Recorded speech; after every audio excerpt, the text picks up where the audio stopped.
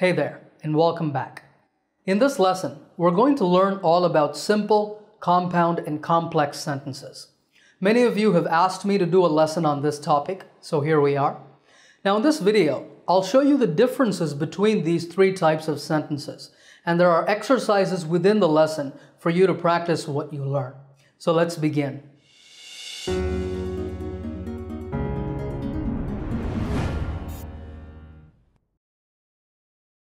So what is a simple sentence?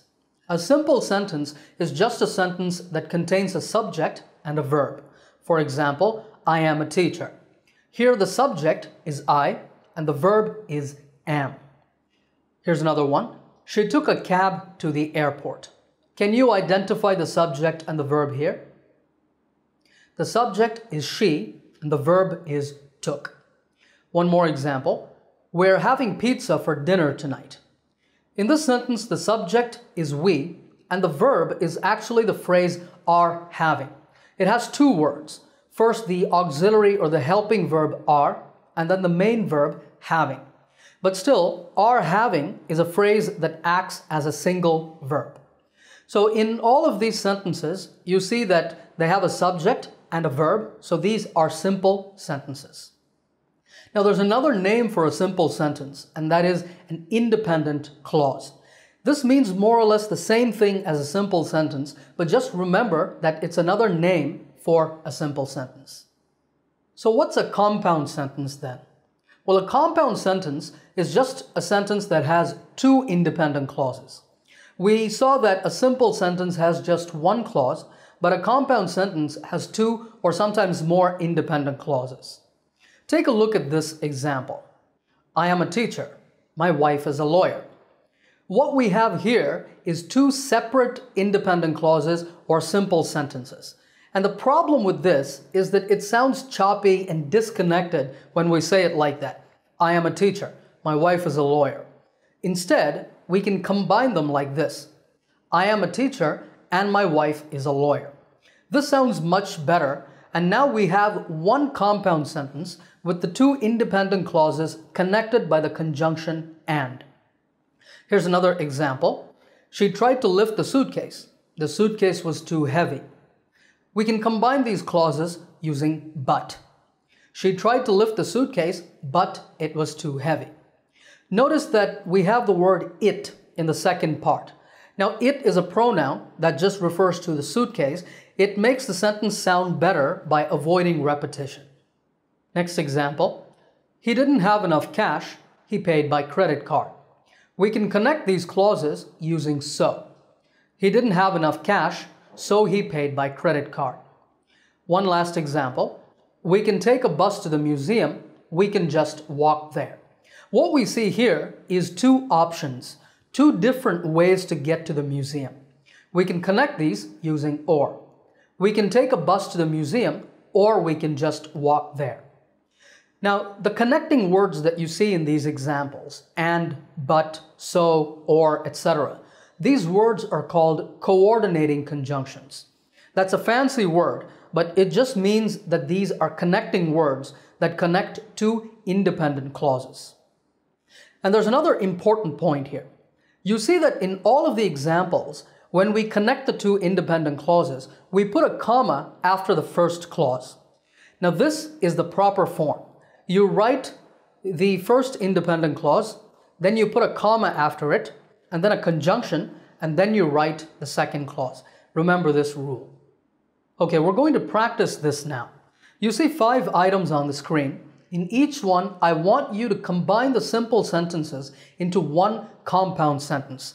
Use a coordinating conjunction like and, but, or so to make the compound sentence. Stop the video now, try the exercise, and then play the video again and check.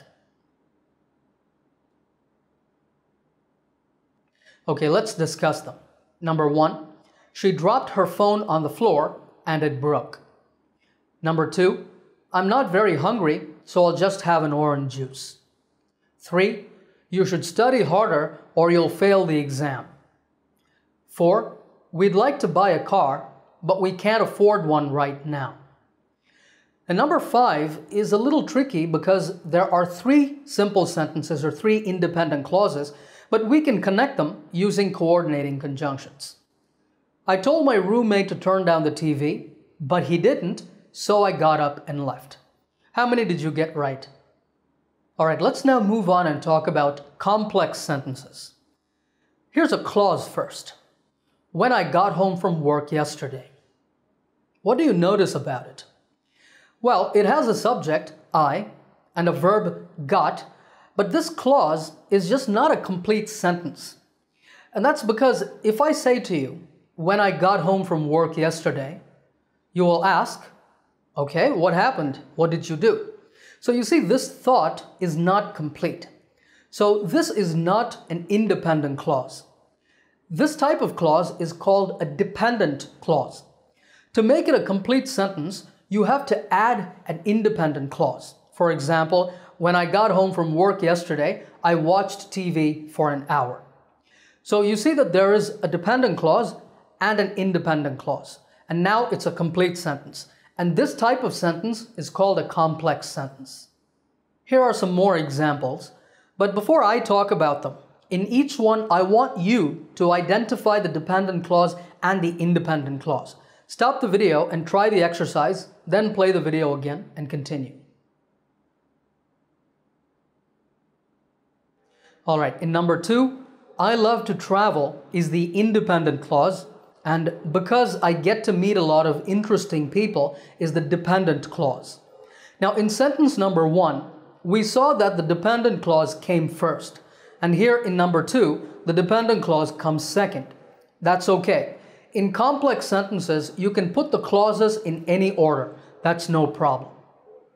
All right, number 3, even though the exam was quite difficult is the dependent clause, and all the students passed is the independent clause. In number 4, let me know is independent, and if you need any help is dependent. And finally, in number 5, you can't go out and play is the independent clause, and until you finish your homework is the dependent clause. Just remember that to decide whether a clause is dependent or independent, you ask the question, can this clause be a complete sentence on its own? If it can be a complete sentence, then it's an independent clause, and if it cannot be a complete sentence, then it's a dependent clause. Now in all of these examples, you see that the dependent clauses start with a linking word like when, because, even though, if, and until. These words are conjunctions, but they're called subordinating conjunctions. The dependent clauses are also called subordinate clauses. It means the same thing.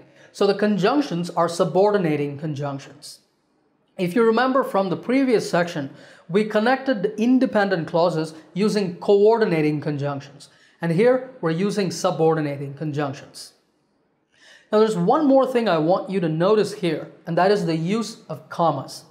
In sentences 1 and 3, you see that there is a comma, but in sentences 2, 4, and 5, there's no comma. And this is because in 1 and 3, the dependent clause comes first. If the dependent clause comes first, we put a comma after it, and then we write the independent clause. But in 2, 4, and 5, an independent clause comes first. If that's the case, we don't put a comma after it. Now, if you want to learn more about punctuation and about the proper use of commas, I have a separate lesson just on that topic. It's called Punctuation Masterclass. I will leave a link in the description. You can go and check it out. There's another type of dependent clause that you need to know about, and that is the relative clause. A relative clause uses a relative pronoun like who, that, which, etc. For example, I know a guy who plays guitar in a rock band. This sentence is actually a combination of two sentences. I know a guy and he plays guitar in a rock band. Both of those are simple sentences, and we combine them using the relative pronoun who. So who plays guitar in a rock band is a relative clause that gives us information about the guy. It tells you who that guy is. But that clause is not a complete sentence, and so it's a dependent clause, and the entire sentence is a complex sentence. Here's another example. Synonyms are words that have similar meanings. Here, that have similar meanings is the relative clause. And one last example. The boss wants me to give a speech at the event, which is tomorrow. Here, which is tomorrow is the relative clause. Now, I'm not going to go into detail on relative clauses here because they're a big topic and we'll have to explore them in a different lesson. But for now, just remember that relative clauses can also be part of a complex sentence. Okay, I have another exercise for you. You see 6 items on the screen. In each one, I want you to combine the simple sentences into one complex sentence. Use the word in the parentheses to do this. Stop the video now, try the exercise, then play the video again and continue.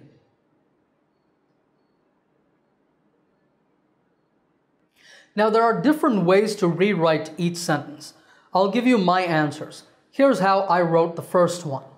People eat a lot of fast food nowadays, even though they know it's bad for their health. Number 2, you can't borrow any books from the library unless you have a membership. Number 3, she couldn't log into her Gmail account because she had forgotten her password. 4, Harvey was a vegetarian until he married Susie. Now, this sentence is much shorter than the original 2 sentences, but it has the same meaning. Number 5, the man who lives in that house is a millionaire. And finally, number 6, children shouldn't be allowed to play video games that contain violence. Were your answers the same as mine? Let me know in the comments. Before we close this lesson, I want to tell you about one more type of sentence, the compound complex sentence.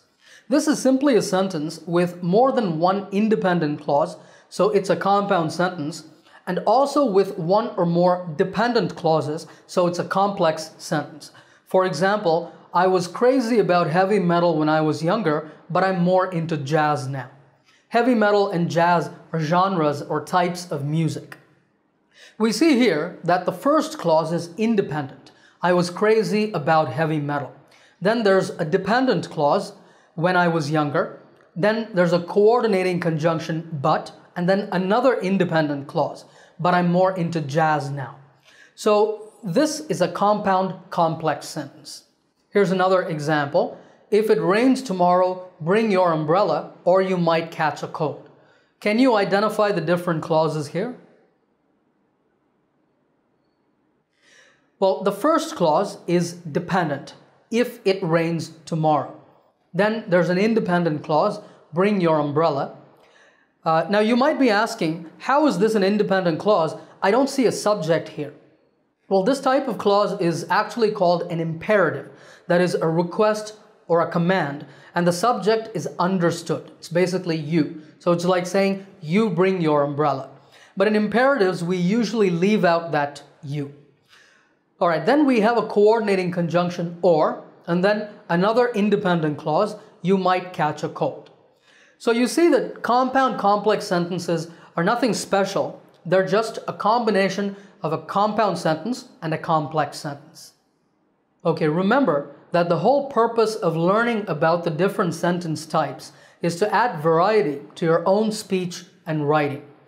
Whenever you speak, and especially whenever you write, whether it's emails, essays, reports, stories, whatever it is, pay attention to the sentence types that you use. Make sure to choose the best kind of sentence that expresses your message and helps your writing to flow smoothly. Alright, if you like this lesson, give it a thumbs up by hitting the like button. Also, remember to subscribe by clicking the subscribe button to get my latest lessons right here on YouTube. Happy learning, and I will see you in another lesson soon.